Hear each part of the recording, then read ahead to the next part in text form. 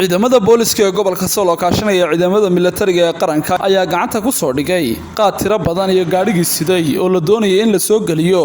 gobolka Sool waxaana goob fagaaraha qaadkaasi ku gubay maamulka gobolka Sool iyo kan degmada Laascaanood iyo bulshada qaybaheeda kala duwan oo soo dhaweeyay howlgalkan taliyaha qaybta booliska gobolka Sool Maxamed Salebaan Gooni ayaa ka warbixiyay howlgalkan ay maanta sameeyeen sida aad aragtaan gaariga Laangaruusalka Leyl Calaawiga oo qaad laga soo buuxiyay ayaa ciidanka booliisku u fariisteen degmada Ari Cadeeye waxa caawiyay oo maxaan ku raacay ciidankii qabtay ka qaybaha ciidanka militariga ciidanka qaranka iyo ciidanka booliiska oo ka wada howlgaleen howlgalka gaariga Leyl Calaawiga iyo qaadka Saraaba lagu soo qabtay halka fagaaraha waataan ku gubnay hadda oo aad arkayseen sida uu duqa magaaladu sheegay waxaan leenahay dadka iska daaya wixii aanu qabanana waa gubaynaa wixii gaadiid oo saarana sidii maartay wareegtadu ay ahayd dee waa la wareegaya maayirka degmada Laascaanood Cabdicasiis Xuseen Taarwal iyo gudoomiyaha gobolka Sool Cabdiqani Maxamuud Shire ayaa u mahad celiyay ciidamada kala duwan ee qaranka howlgalkan ay sameeyeen baaqna u diray bulshada gobolka iyo tan degmada Laascaanood iyadoo la fulinayo go'aamadii ka soo baxay guddiga heer qaran ee koortaga xarunka coronavirus 19 oo go'aanku ahaa wixii ka dambeeya maalinta Axadda Soomaaliland wax qaada inay yihiin kontrabaan wixii soo galana ay ciidanka amniga iyo maamulku amar ku haystaan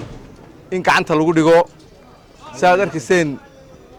hadda waxaan gubnay qaadkii ugu horeeyay maalintii koowaad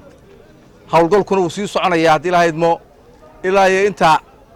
howlgalkan laga najaxayna uu soconayaa marka waxaan leenahay wani walba Ilaahay ka baq iska daa ninkii soo wadawna waxaan ku leenahay go'aankaaga ka noqo waa maalintii koowaad aanu qaad qabanno amarkii guddiga ka soo baxay ee COVID-19 ee madaxweynaha ku-xigeenka Jamhuuriyadda Soomaaliland hogaaminayay Cabdiraxmaan Cabdullaahi Ismaaciil Saylici amarkii madaxweynaha ku-xigeenku akhriyay isagoo afkiisa ku akhriyay aad maqlayseen ay ahaa in qaadka la gubo baabuurta saarana la wareego maanta amarkaas Laascaanood iyo gobolka Sool waa ka fulay sida indhihiina oo macalinka waxaan leeyahay anagu amarka fulinayna amarka muhiimadiisuna waxay looga jeeday badqabka dadka iyo caafimaadka dadkeena looga jeeday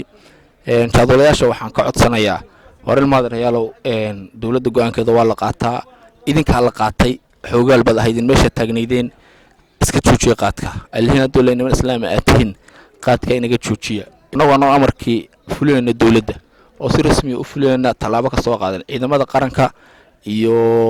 booliis iyo military oo mahad celinay runtii howlgalkaasi ballaaran bay nooga qayb qaateen maanta iyagana soo qabtay gaadiidka ay qaadka waa mahad celinaya ciidanka qaranku amar wuxuu ku haystaa meel kasta oo booliis iyo military ba iyagoo isku tiirsan meel kasta oo jooga qaadka in loogu tago lagana soo qabto insha Allah taala marka intaasan idinku waaninaya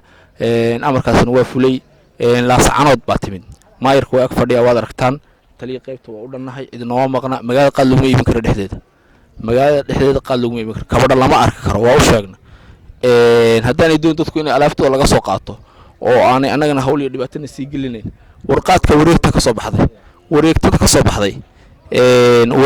soo baxday qaadkaas warnala qaata liibaan qaran warbaahinta qaranka Soomaaliland Laascaanood